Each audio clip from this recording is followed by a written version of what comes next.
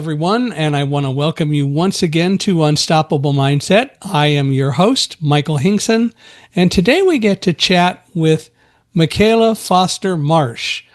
And I'm a little bit prejudiced here because with a name like Michael and now we have a Michaela, we can't do better than that. So we're going to double team all of you and go from there. But I really appreciate you all being here and joining us and listening to all that Michaela has to say. She has an interesting story, including the fact that she had a brother who was adopted from Uganda. And I'm sure there's a story there that we need to hear. She's an entertainer, and we'll get to all of that. But I want to just start by welcoming you, Michaela. We're really glad you're here, and thank you for coming on Unstoppable Mindset. Thank you, Michael. It's lovely to be here with my namesake. We do our best, right? Yeah, it's going to be great. Well, why don't we start? Tell us about kind of the early Michaela growing up and so on. And that probably also leads into your brother and all that, but I will leave it to you to tell the story. Oh, well, it was slightly unusual that I did indeed grow up with a black brother. And as a white, red-headed Scottish girl, it was a very unusual sight to see Frankie and I getting pushed around Glasgow in a twin pram in the late 60s. There was very little transracial adoption had occurred at that point, and so people were very curious as to why there was a black and a white child together in a pram. And a lot of people would stop my mum and I suppose they goo-gooed and gagaed over Frankie. He was very unique, and they wanted to touch his hair, his coarse hair, and his skin, and it wasn't anything other than curiosity, really, when people would stop us at that time. And like I say, to see it in the 60s, you're talking at a time when there was a civil rights movement going on, and the year we adopted Frankie was the year that Martin Luther King was assassinated. So my parents, they didn't set out to adopt a black child. They actually set out to adopt a hard-to-place child, meaning a child that perhaps had a disability or autism or had maybe been in the system for quite a while. And so they had put on the form that they would accept a child that was hard to place. And the adoption agency got back to them and said, well, actually, we have a little black boy here who's become very hard to place. And of course, you can imagine why. And my parents basically just said, well, we really don't care what colour the child is, as long as we feel a bond with the child. And our children do, so myself and my older brother. So initially they were a bit concerned because we were identical in age, really it was only weeks between us. So we got raised as twins, but the agency were very concerned that there'd be territorial issues, and there really weren't. Frankie and I bonded from day one, and the adoption went through very quickly, and my parents called us twins. And that's what Frankie and I called each other, was twins. I never saw his colour. As a child, you don't. He's my first memory was Frankie. So how old were you when you adopted, or your family adopted Frankie? We were both 13 months old at the time. Okay. So infants, my first memory is with Frankie.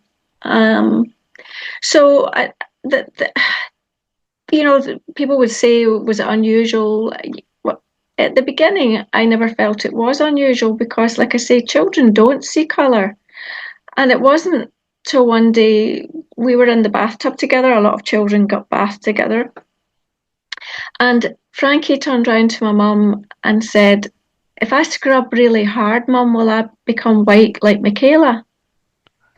And it's quite a telling statement, obviously. And at the time I was thinking, why does my brother want to change the colour of his skin?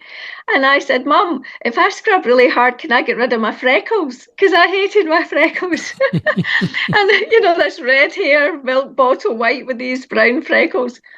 And so my mum kind of said, well, look, you each are what you are, and you have to love yourselves. And she went into this spiel about the melanin in our skin and why we were a different color, and how Frankie, his biological family came from Africa and it was sunny there. And, she's trying to tell me as a 5-year-old that I've got an uneven distribution of melanin in my skin, and that is why, I have freckles.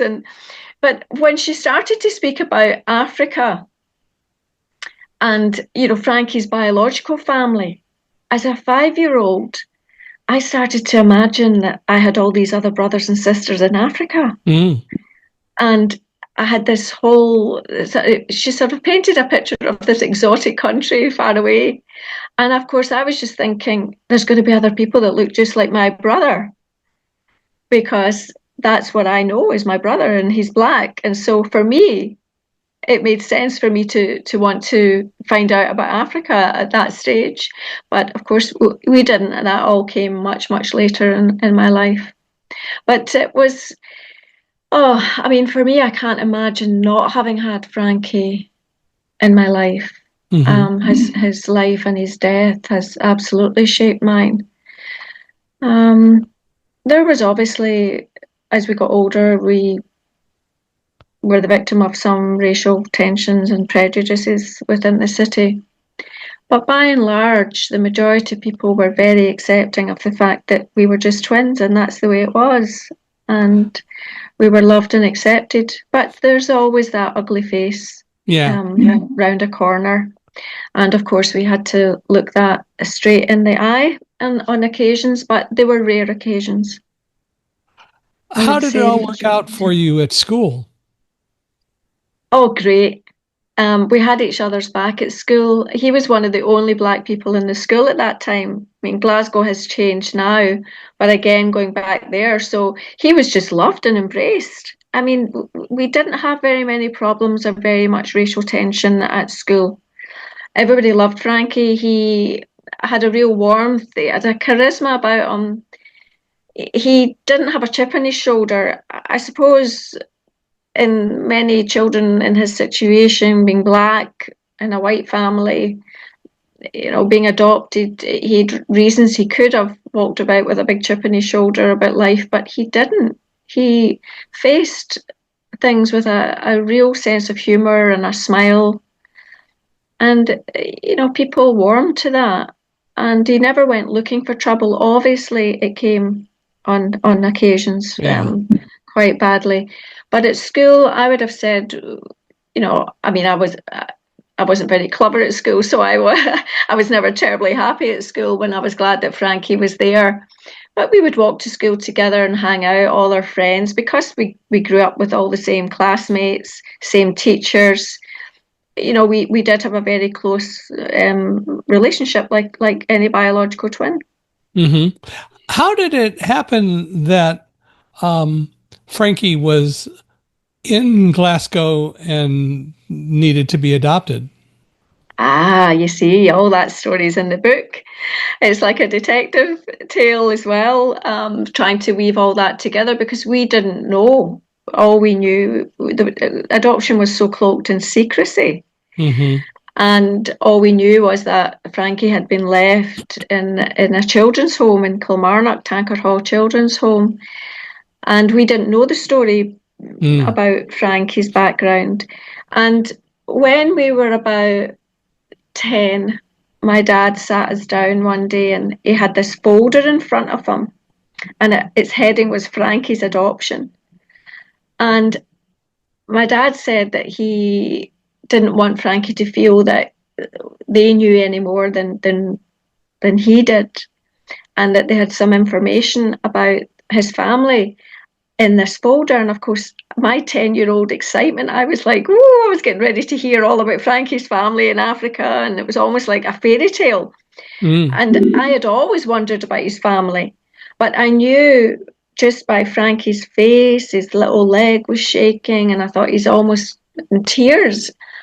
He did not want to know. And he turned around to my dad and he said, I don't want to know anything about my African family. They didn't want to know me, and I don't want to know anything about them. You're my family. And my dad closed the folder. And he just said, look, Frankie, you know we love you, and of course you're ours. But if you ever want to know anything about your family, there's a small amount of information in here, but it's not very much. But if you need any more, we're going to try and help you. And if you don't want to know anything, then that is absolutely fine. We still love you, and you're part of our family. Your parents were very unusual. They made very wise choices, and they were very accepting, which is great. It's sometimes very unusual to find parents like that. I faced that when my parents were told to send me off to a home because I was blind, and my parents said no, and the doctor said, well, but he'll never amount to anything. Blind children can't grow up to do anything. And my parents said, well, that's not true. So I appreciate having parents who made really good and wise choices, and so it's great that your parents dealt with things the way they did. They did, and I think with my father, with the adoption, he had been adopted himself, and he had a real sensitivity to it. And I suppose he just didn't want Frankie to feel that his birth was cloaked in secrecy, which Right. it was to some degree, and that's just the way adoptions were at that point. And so he was very empathetic to it. And Frankie, he was almost incredulous. He just didn't really want to know, whereas I was the one that wanted to know. But at that point, I learned this is upsetting to my brother, so I can't ask him anything. I can't, it was kind of like then became this taboo that we did not talk about Frankie's family because it was going to upset him. Mm-hmm. And it wasn't until just weeks before he died that he had started to become interested and wanted to know about his birth family. And for whatever reason, that journey was left to me because he died 6 weeks after that conversation I had with him. And that was the first time, he was 27, that he had really shown that there was that void, that I call it that primal wound that many adopted people have. And I married a man who was adopted as well, so I know my father. The three main men in my life were all adopted, and I know that wound is there, and that sense of abandonment issues, and Frankie, I think it came to the forefront as he got a bit older, and he wanted to know then. And it's a shame that obviously he died and he never got to find that information out. And it wasn't until after my parents had both died that I came across the folder that was in front of me when I was 10. And that started me on this whole journey of finding Frankie's family, 18 Well, years after his death. yeah. What did he die from? He died very tragically in a house fire. Mm. It was an accident, and devastating. Yeah. But it was a fluke. It was an accident, and he very sadly died at the age of 27. Things I was happen. living in Canada. Yes, this is it. This is life. It can be very tragic, and Well, obviously my life changed overnight. let's go back to you. So you grew up with Frankie. You went to school, and um, I don't know the whole school system in Scotland, but you went to, I assume, what we would call high school today. Yes, I did. And Yes. what did you do after that? I went to college and Okay. I studied fashion design. I was always, let's say, a creative. I wasn't an academic. It seems strange now that I'm writing books, and I didn't get a diagnosis of dyslexia until I was 40. And I do write, but I don't read an awful lot. But I wasn't clever at school, let's say, and that diagnosis didn't happen till later. And so I was very drawn to the arts, all forms of art, and fashion was just another outlet for me, and so I just naturally progressed on to doing fashion at college. And then I was always writing music, always writing lyrics, probably from the age of 14. Again, I took music lessons and was absolutely hopeless because I wasn't reading the notes. I was getting into trouble. And I was just kind of playing things as, whatever, just creating songs. And so that was always there in the background, but I didn't really have the confidence to stand up on stage and perform. That all happened much later. And again, really, after Frankie's death, that was sort of what propelled me into the recording studio. But until then, it was always one kind of artistic thing after another: dance, music, writing, fashion. That was kind of where I was happiest, just anything to do with the arts. Did you have any clue that you might have had dyslexia or that you had a reading problem, or how did that all get addressed and where did No. that come from? I don't know where it came from, but I was just told I was a slow learner, actually stupid by one teacher Hmm. at school, which was, yeah, I really had a hard time in that class, primary 5, with her. But I wish they had been able to diagnose it earlier. Well, sometimes I wish that, and other times I think, well, I just kind of muddled through and learned my own way. I kind of started to learn to read and have a kind of card in front. And it was just always because I can read a bit and obviously I can write. It was, we didn't even know about dyslexia in our school. We never talked about it. It wasn't until I was watching a television program. My partner at the time, Ronnie, suspected I was dyslexic because I was always getting words mixed up, and I'd send him texts, and he would say, "I think you're dyslexic," and I'd be like, "Oh no, I just can't spell. I'm terrible at spelling. I've always been bad at spelling." And then there was a program came on the television, and it was this actress, and they were doing a program about dyslexia, and she was talking about various things and how she learned her lines and how she, the things that had held her back and how she'd gone through school and everything. And I just burst out crying. And Ronnie was like, "Are you okay?" And I just knew. I thought, I think I am dyslexic. Everything she says resonates, and I was so upset. And so I phoned the the clinic, and made an appointment and went to see the lady there. And yeah, the rest is history.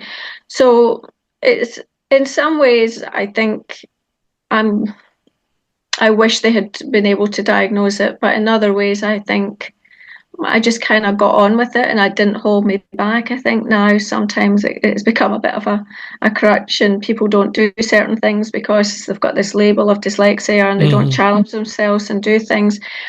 Would I ever have written the way I do if I had had that diagnosis earlier? I was already trying to write novels by that point, struggling, yes, and feeling not confident enough to put the material out, but at the same time longing to do it. And so the diagnosis, I think, came at the right time for me in my journey in life.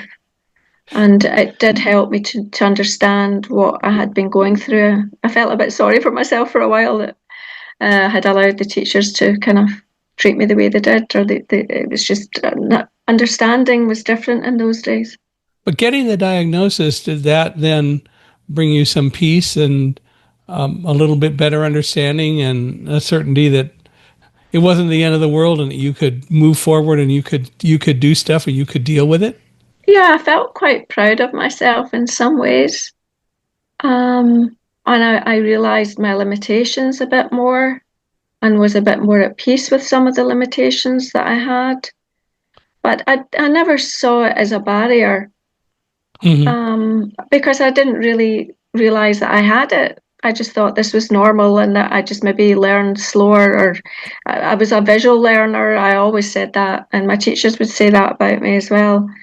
I was a creative and a visual learner, and I got by, but I didn't get an enormous amount of hires or anything. And I got my higher English only because I absolutely persevered, because it was so important to me. And my teachers always recognised that I was really good with like metaphor and simile, and they would mark my creative writing, but always say, but you cannot spell. You need to practice your spelling. You need to learn your spelling. It wouldn't matter how many times I wrote. They would give you lines to learn how to spell words. It doesn't matter to a dyslexic person. It just the memory, it doesn't work. It's like it just, memory is part of the issue with dyslexia, which is very much overlooked. But so, you would get these lines and they would try and get you to work on your spelling. And of course, now we've got spell check and so many tools. It's marvelous. So now I don't feel so bad. I can make sure that my spelling is correct, is pretty near correct. So, and sometimes I look at other people's spelling now and say, oh no, I'm not so bad.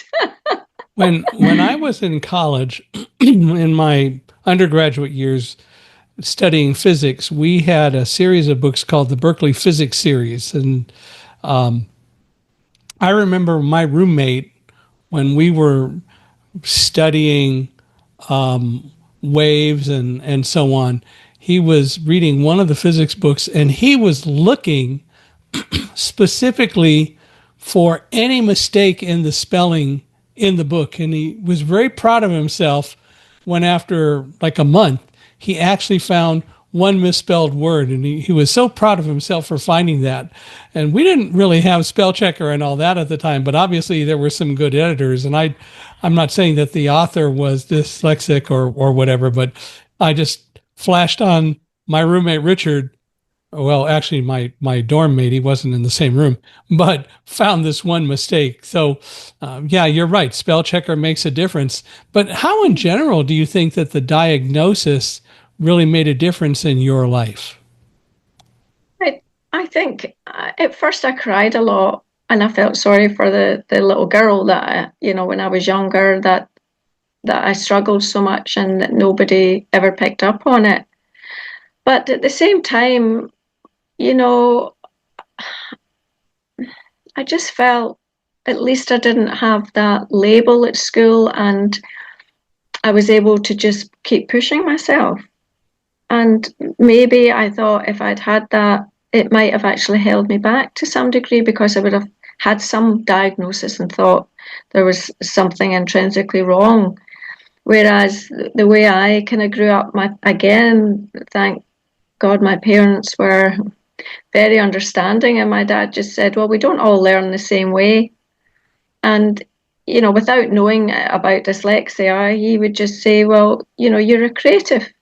Mm-hmm. And he just encouraged me to be as creative as I could be, and allowed me the freedom to be creative, and didn't worry about my maths and my arithmetic. And, it didn't bother him that I wasn't particularly good at those subjects. My mum would worry a wee bit, because I think she always, wanted me maybe to go into nursing, and was worried that I maybe wouldn't have enough qualifications. But my dad, he just, I think, recognised from day one that, I was dancing and creating and writing songs, and I just was not going to follow the academic path. Mm-hmm. And so it didn't seem to be a big deal to me. So you were in college, you studied fashion, and you continued to perform? Well, I wasn't performing. When Frankie died, I'd always been writing songs, but like I say, I didn't have the confidence to stand up. And then when Frankie died, I wrote a song. As I did, that's how I suppose I dealt with my sorrows. I teased out my sorrows in life, was journaling and writing and lyrics. And so when Frankie died, it was just a natural response for me to go to the piano and write. And I wrote a song for my family. And I wanted to send them it. I was living in Canada at that point, and I wanted to send them this song. And I tried to do a wee home recording, and it just sounded terrible. Mm. And so I thought, well, if I want to do this properly for my family, for my parents, I'm going to go into the recording studio. And I kind of just had to brave it. And so I booked 3 hours recording time at the studio, thinking it was going to take me forever to record, because I'd never been in a studio before. And I got in, and there was this beautiful big concert grand piano, and the whole studio was so intimidating. I remember being really quite nervous. And So Steve Tevlin, I still remember his name, the engineer, he just said, "Oh, just sit down, I'll put up the mics and all the rest of it, and just do relax." And so next minute he said, "Okay, just play your song and sing." And so I did. And 5 minutes later, the song's done. And Steve was like, "Okay, that's brilliant, Michaela. Do you want to come in and hear it?" And I went in, and for the first time ever, really heard my voice back at me in a recording studio. And I thought, "Oh my God, is that me? Did you do something? Did you put tricks on it or something?" And he said, "No, Michaela, that's just you singing." And he said, "You know, you really are very good. Do you have any more material?" And I said, "Well, I've written a lot of songs, but I just haven't recorded or done anything." So he said, "Well, why don't you just go back through and record some more?" So I went back, sat down at the piano, and 6, 7 songs later, I just played them off one by one. And then Steve and I sat listening to the songs, and he said, "This is, really good, Michaela, and don't know why you're not seriously thinking about a career in music." And I was like, "Oh, no, no, no, I'm just really doing this for my parents." So I went away, and then about a week later, the studio phoned, and the owner phoned and said, "Could you come in and talk to us?" And he offered me a production deal. And I didn't take the first production deal I got offered. I was surprised. I was absolutely in shock. But I went away and spoke to a musician guy that I knew, and he said, "Michaela, if he's interested, other people will be interested." So I sent my music off to some record companies in Canada, EMI and Warner and things, and got a call back. And when next thing I knew, I was leaving my day job in retail and going down to Toronto to work with a Juno Award-winning producer and working on my first album. And it was I was in such a state of grief over Frankie. I mean, unless you've experienced what that's like to lose somebody so tragically that you love. And of course, there's been so many subsequent deaths. But at that time, I was 27 and just lost my twin. And to have been able to go into the studio and focus on my songs and my writing was a gift. And it was transformative, as the grief was transformative. It totally changed my life and my consciousness. It just transformed so much. And I'm so glad that I got the opportunity to work with a really great producer and a kind man, Greg Kavanagh, and we worked so well together, and we had good time and good laugh as well as tears and laughter. And my dad got very sick at that time. And again, I was able to put some of that grief channel it into my creativity and into my music. And I think that's what people hear a lot when not a dark album, but they hear the grief through the lyrics and the resilience of the human spirit and those dark passages and getting through them. And that, I suppose, was what my music was really always about and still continues to be about. But I think for me, having the opportunity to suddenly this world opened up in front of me from Frankie's death, which was so unexpected. And it was so healing for me to be able to utilize the studio and just the gifts that came along with that.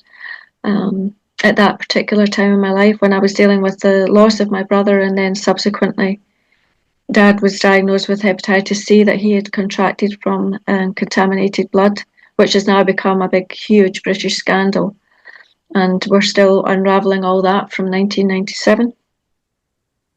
So it was a great opportunity to heal through my music. Well, so what did you do after Frankie died? You obviously were starting the music career and so on, but you then took a journey also. Well, the journey came much later after my parents both died, and I found that folder So when Frankie died, I obviously got propelled into this music career. And then when my mum died, I came back home to Scotland and I had to clear everything and I'd inherited all the paperwork. And I found that folder from when I was 10 that I had been so excited to find out the information about Frankie's parents. How long after Frankie died did you find the folder? 18 years. Oh, wow. Long time. Okay. 18 years. And I was as excited and nervous as I think if it had been Frankie. Mm-hmm. I just wondered so much about what his mother was like. As a child, I always thought about her and having given up her child, my brother. And I always wondered, whether she forgot about Frankie or remembered him forever, and the circumstances surrounding his birth and why she had to give him up. And I wanted her to be kind. I wanted her to have wanted him, all these things that just like any adopted child wants to know. And that was how close I was to Frankie. Mm-hmm. So finding the folder was just a complete throwback to being 10 again. And I opened it and I found who his mother was. And there was very little information. My dad was correct, but there was enough information for me to get a sense of who she was. She was 28. Her name was Janet Wivugira. And she had studied in Belfast and came from Belfast to Scotland to have the child in secrecy and then returned to Belfast. And she decided reluctantly she had to give up the child. Her father had been a pastor in Uganda. And that was basically the information that we had. There was very little else to go on.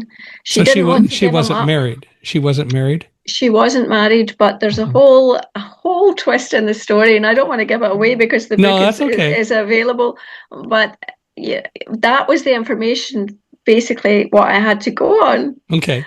Her height and the fact that she was 28 and she'd been a student teacher.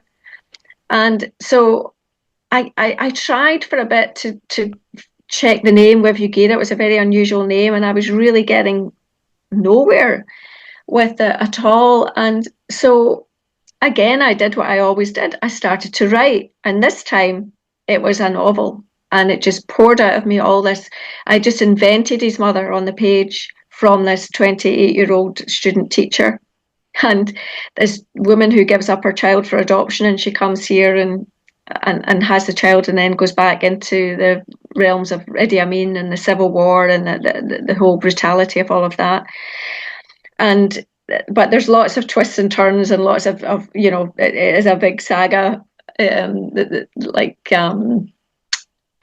a big novel, a big saga. But eventually, and again, I don't want to give it away. No, but you decided to go to Uganda to try to find her.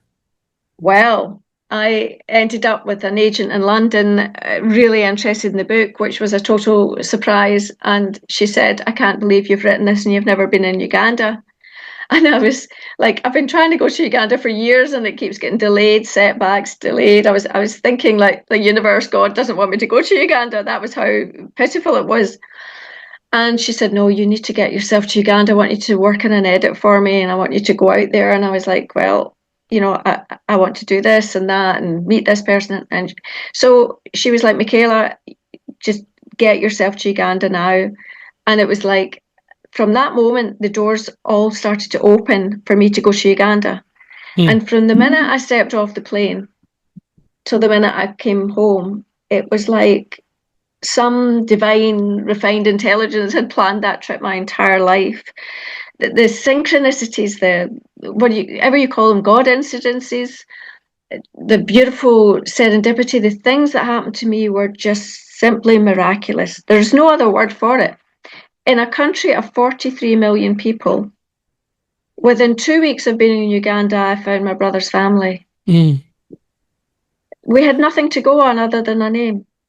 And I don't want to give the story away because the synchronicities, the things that happened, it was just like one thing after another that just led me so perfectly to finding his family. And within 2 weeks, I found myself sitting there with his brother, who not only looked just like him, like an older version of Frankie sitting in front of me, but he also had the same name. And trying to then piece everything together and it was surreal. It was emotional. It was beautiful, but it was tragic. It was so many things. So were you accepted by them?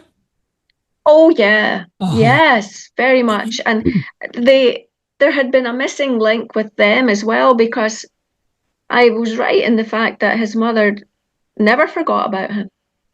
And when she died, she'd said to her sisters, she told her sisters that she had had another son in Scotland that she'd left. And she said that when she died, she wanted the family, the boys, to know. And there had been another boy, and my older brother's called Stephen, and he had been called Stephen. I mean, the names are just incredible. Like Mm-hmm. my brother, her firstborn Stephen, my mum's firstborn Stephen, and then my brother's Frankie, and he's called Frank, and Frankie was called Frank when he got older. Just absolutely incredible. And they had been told by the sisters when Janet died, that's the mother, when Janet died, they told the brother, the younger brother, Paul, who was living in the UK at the time, that their mother had had a child over there. And they didn't believe it. The boys just said, no, there's no way our mum would give up a child. Mum loved children. She would never give up her son. And the sister said, well, she did. And he's there somewhere. So Paul had tried to set out to find him with nothing to go on, no name, absolutely nothing. Mm-hmm. And he believed them, and the other two brothers never believed that there was this brother in Scotland. And I show up 12 years later, this white girl from Glasgow, and saying, actually, your brother was my brother, and he lived with our family until he died. But that was hard because they expected him to still be alive, and for me to, they were asking when they could meet him, and I had to explain that he had died. So what year was it you met them? I met them in 2011. All right, so that's 14 years ago. Have you stayed in touch? Yes, Oh, yes. good. We've done so much in Uganda. We set up the charity Star Child in memory of Frankie. We built a creative arts school in memory of Frankie. And in fact, it was his birthday on the 22nd of September, and we just had a big memorial for him, and the brothers were there speaking at it, and a prize giving. So he's still remembered in a country that he never set foot in. It's just, I speak about the continuous thread that connects us after death, and I so believe it. Having lost all my family and my partner more recently, I just know that energy doesn't die, and that I like to feel almost like I'm co-creating these things in Uganda with Frankie and now Ronnie, that the energy is there, and that love that never dies. And so the energy from that, I've been able to kind of transform the pain into something more positive by building the Centre for Creative Arts with the Star Child Charity Board, and now most recently a Centre for Autism and Disabilities in memory of my partner Ronnie. So Well, yeah, it's been an incredible journey. Star Child is the book that you wrote about Frankie. Yes, it's we called him Star Child, and so when I went to Uganda, I was not just overwhelmed by the fact that I had this brand new family, this Black African family, and all these new brothers. I was also deeply saddened and overwhelmed by the amount of orphans and the poverty. I mean, I know there's poverty here in the UK, and it's getting bad, but really you have to witness that kind of level of poverty to have it truly, touch you. And I was quite obviously close to it because, there's as many orphans in Uganda as there are people in Scotland. And just to the sheer vulnerability of these children, it just reminded me so much of Frankie's sense of abandonment. And I wanted to try and do something to help in any way that I could. without taking on that white savior role, which is a whole other topic that I could talk about and I'm not impressed by, I can tell you. But I felt I had a legitimate reason to be Yeah. in Uganda, and that was my love of my brother, who just happened to be black. It wouldn't have mattered where he came from. I would have wanted to have honoured him and helped in any situation I could. So I set up the charity. That sounds easy. That was it was it was very tough. It was not an easy thing to do, and demanded quite a lot. And also just the fear factor of setting up something in a country that I didn't really know at that time. I was really going on blind faith that I was supposed to somehow do this through, I guess, I call them cosmic nudges. I was getting all kinds of, nudges from the universe, God, that this was a direction that I was supposed to go in, and I just had to face the fear, as they say, and put one foot in front of the other, and try and do this, and lo and behold, a few years later, we had this fantastic school where we offered the arts to children that would otherwise not be able to access them. And now we're doing the same with disabilities.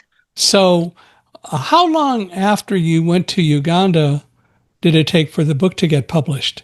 And I'm assuming that your agent was absolutely correct that you needed to go to Uganda, and that clearly probably changed a lot of what you had done and were doing with the book. But when did it get published, and how was it different since you went to Uganda?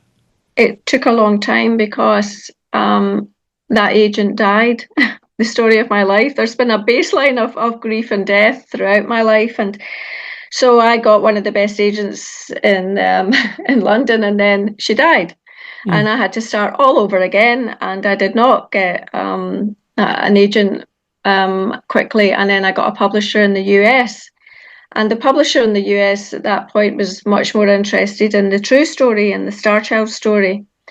And so I signed the publishing deal with him in 2018. So I started the Matoki Tree in 2008, and then met Ali Gunn, who was the agent, in 2011. And then in 2018, well, she died, and then 2018, I got signed to the Story Plant in New York with Lou Aronica, and we released Star Child in 2020, and we tried to delay it because of COVID. Mm-hmm. So we got caught up with all of that as well. But despite that, the book came out, and it has done okay, not too badly at all, and it's actually being made into a documentary right now, a film. So it's been picked up for a documentary, which has been another just an incredible experience to do that now. When did you start the charities and start the school and so on? The year after, we got charitable status. I went there around 2011, almost 2012, and then we got charitable status in 2013, and we've been running the charity ever since. And we've got loads of projects that we do in Uganda, but the main one at the moment is disabilities and autism, because those children are locked up, chained up, hidden in the dark. I mean, you're talking about what it was like for you being blind when you were young, and your family, and how lucky you were to have a family like you had that didn't put you into some institution and say that you were, that was it. In Uganda, many children with autism and disabilities are tied up, and yeah, they believe that it's an inability. Disability is an inability. And so we have really, really been challenging the system to change and to accept people with disabilities and autism. And so we did a study in around 2018, and we realised there was a huge amount of disabled people in the community that were hidden, and we went about trying to bring them out. And when Ronnie died, we tried to raise more money to build a centre, and we're still in the process of building that centre today.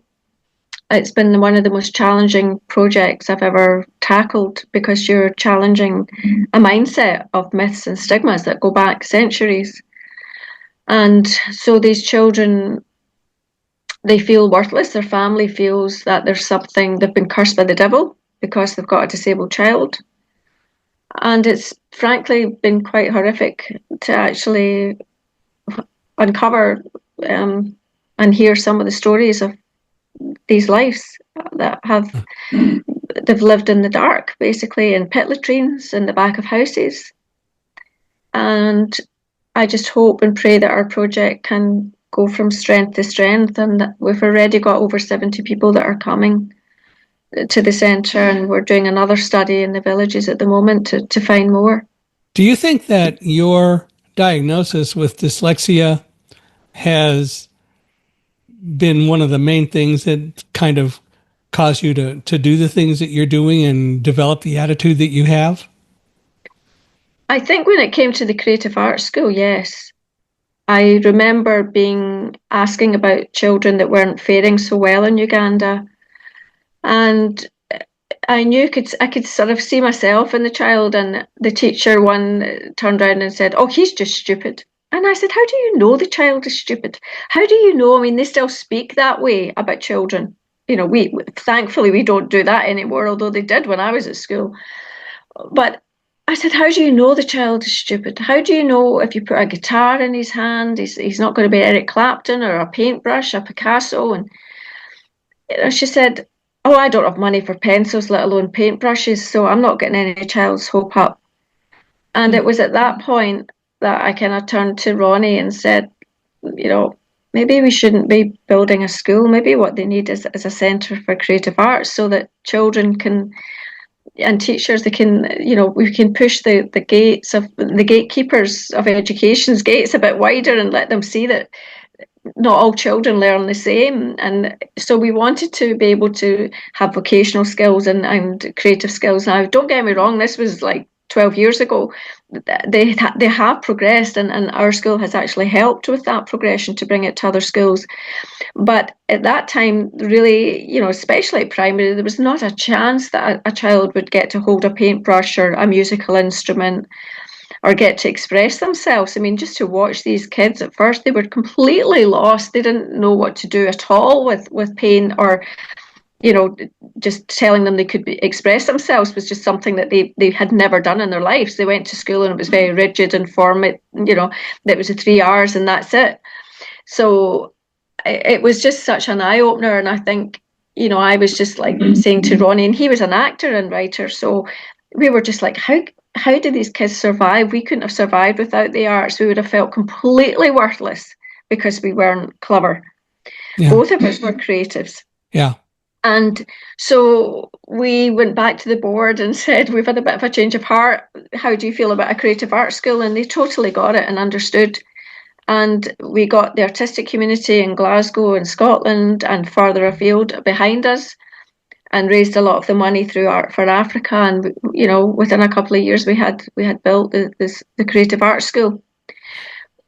So, now, were you still singing and recording at that time, or have you continued that much? Well, not as much. Well, I have and I haven't. I sort of pulled back from performance. That kind of, I stopped probably in my mid-40s. I didn't seem to have the same drive or interest to perform, but writing, yes. And I focused more on the sort of novel writing and the memoir. And then most recently, I've been able to really marry the two with this libretto, the rock opera.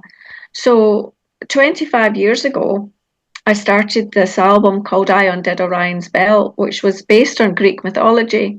And at the time, my producer, when I said to him I wanted to do an album based on Greek mythology, kind of looked at me like, are you lost your mind? Nobody's going to be interested. This was in 2002 or something, 2000. And nobody's going to be interested in this album. And I suppose to some degree he was right, but I really wanted to do it. It was burning passion, and I kind of felt it was the best work that I'd produced. but I knew that it wasn't going to resonate with people somehow. It needed more of a vehicle to really bring it to life. And everybody kept saying it's like a rock opera. And I said, yeah, I know, I want to do a stage piece. But because I felt it was kind of rejected by the industry to some degree, I kind of started the project and then put it away.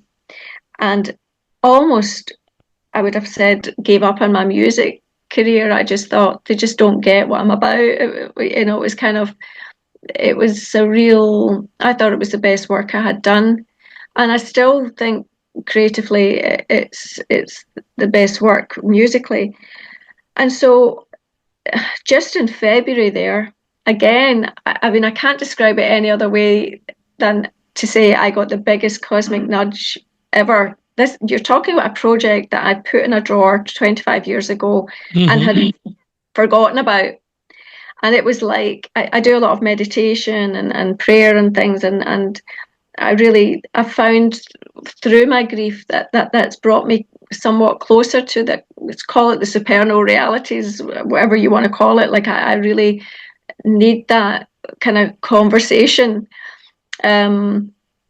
with something external, whatever you want to call that. And during one of these meditations, I could just describe it as a real, like a voice that just said, go back to Orion. You go back to Orion. And I thought, where did that come from? Where did that voice come from? I wasn't thinking about Orion, nothing. And the next thing, my phone rang and I got an invite to Athens, which is where I started that album 25 years ago. Then I got another call from Athens, from another friend, and I got an invite to stay in Athens. And I thought, okay, the universe is definitely lining something up here. Like, I need to listen. And this is how I've operated my entire life. I really do believe that we get these messages, and sometimes we go with it, and other times we just get frightened and we don't follow through with things, or we get all these obstacles and we suddenly think, oh, it's not really meant.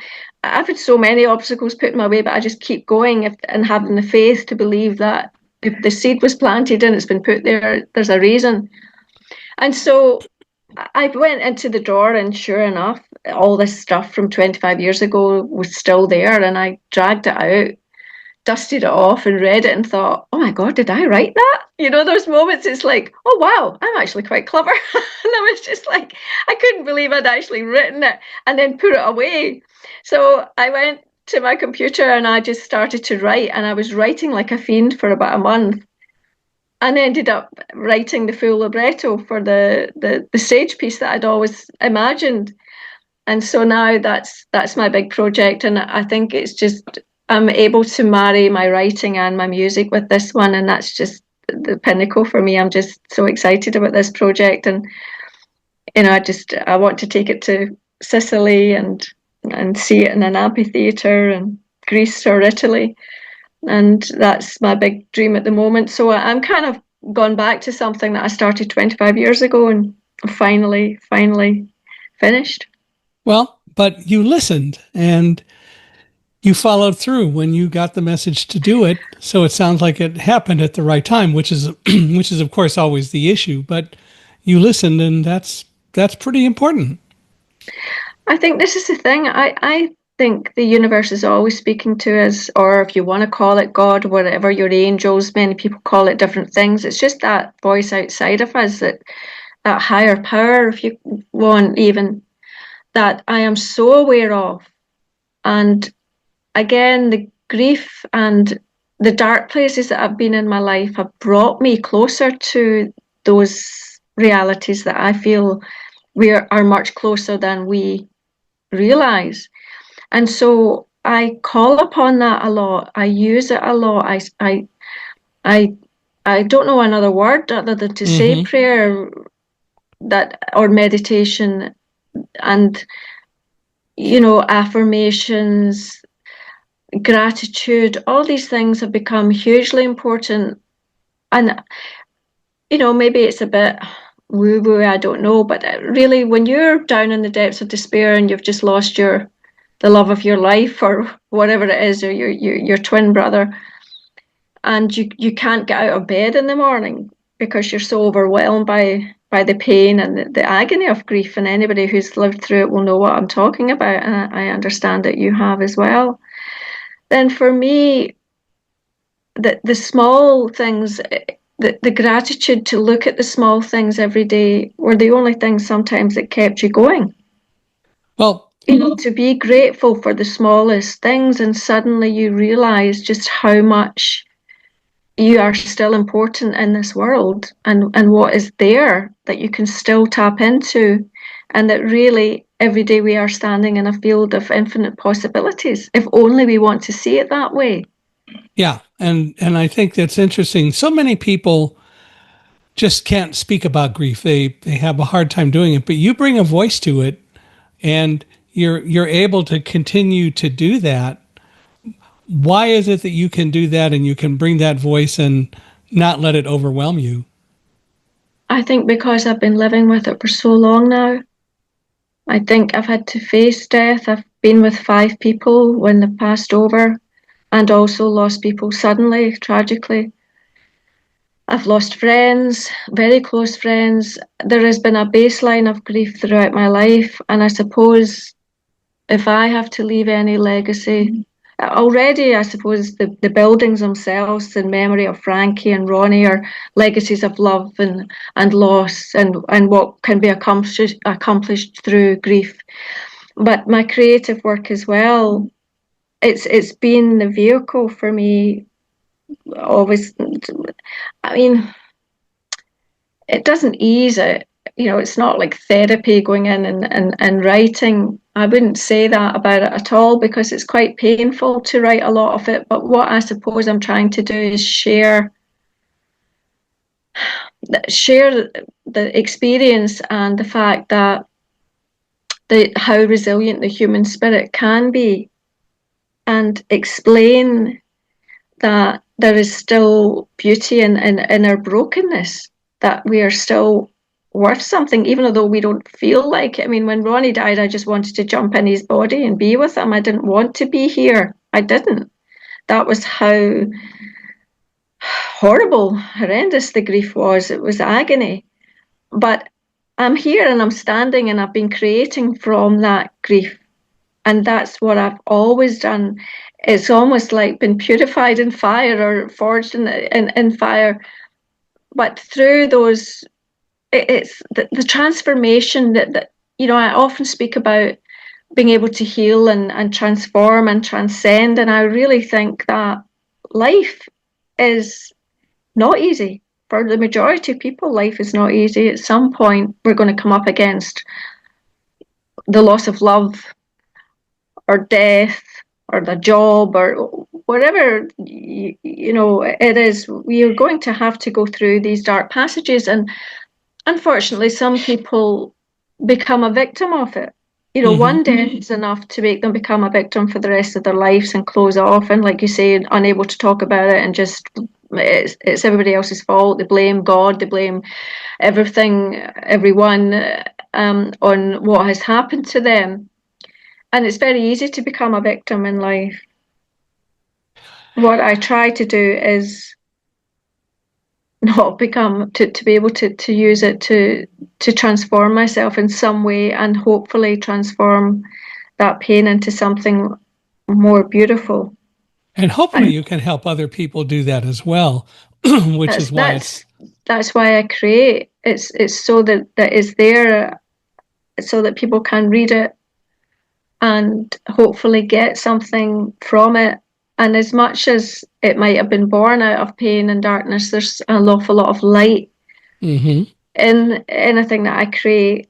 It is about getting through those the dark passages and the brokenness, and realizing that there is gifts with grief, if I can say that. It's the biggest teacher in the world. There's nothing like it. Well, and speaking of things that you have done with your life, you've been able to sing for the Queen. Tell us about that very quickly. Oh, that was amazing. I've sang for her twice, and I was honoured to be the last person to sing for Her Majesty. I never imagined anything like that would ever happen to me. I used to have a picture of her when we were at school. They were having the Silver Jubilee, and there was a picture of her in her white gown with this blue sash, and I used to look at it every day as a child. And again, I think about myself as a little girl, and then I was standing in front of her singing for her. It was a piece of nice, I think, karma, good karma that came back to me, and somehow I found myself singing for her and being invited back again, just shortly before she died, 3 weeks before she died. Mm. It was deeply emotional and humbling, and I still can't quite get my head around that, the fact that I was able to do that and got to meet her. And yeah, I just feel very honoured to have been able to do that in my life. If you were to give people who are experiencing grief and experiencing life challenges, if you were to give them one piece of advice, what would it be?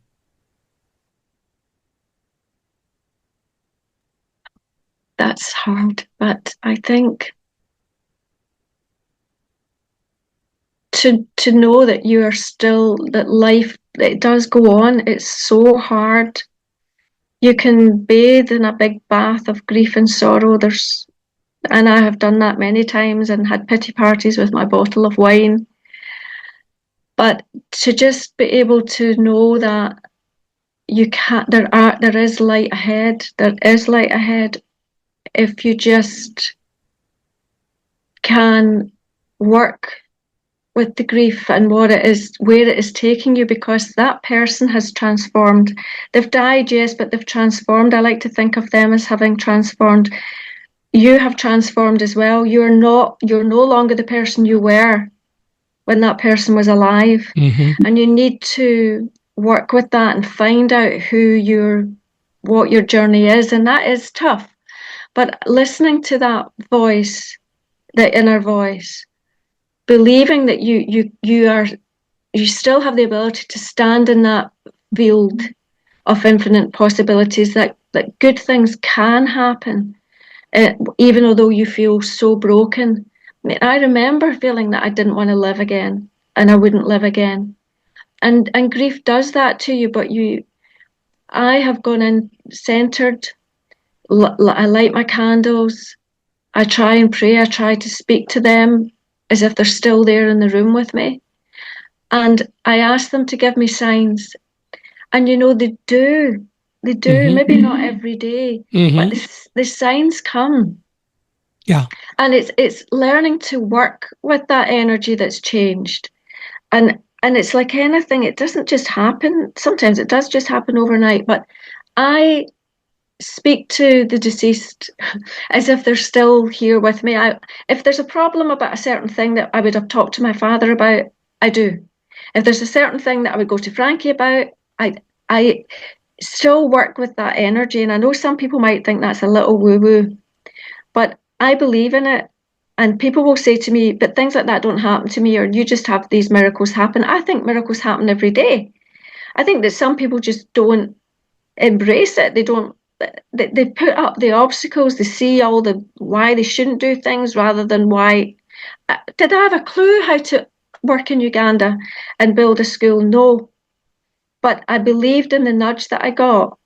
I believed in that. And I'm not saying this in a very concise way because, sorry, I'm rambling a bit, but there is still beauty in that brokenness, and you have to believe it, that good things can still happen and you still can have a life after the person you've loved has died, and that you just need to open that gate and allow the good to happen. Well, it's all about choice, and clearly that's part of your message, and people can choose to continue to feel grief, or they can choose to move on. Well, we have been doing this for quite a while, and I want to thank you for being here. We're going to have to stop, but I know. We'll have to do another. We could do part 2, part 3. We can do that. We could talk about that. But I want to thank you for being here, and I want to thank all of you for being here with us. Michaela has certainly offered a lot of great life lessons and some very valuable thoughts that I hope people will take to heart. especially in the fact that you can learn to deal with grief and you can move forward. But I want to thank you all for being here. Please give us a 5-star rating wherever you're seeing or hearing this podcast. We like those ratings, and we also really would appreciate a review from you. Please give us a review. And if you know anyone who ought to be a guest on Unstoppable Mindset, I'm sure everybody does, please introduce us, and Michaela, you as well. If you know anyone who ought to be a guest, we'd love to meet them and bring them on Unstoppable Mindset as well. So I really, again, want to say that this has been an honor and a pleasure, and I want to thank you for being here with us today, and we'll have to do another part, right? So Yeah. Thank you very much for being here. Thank you so much, Michael. Thank you.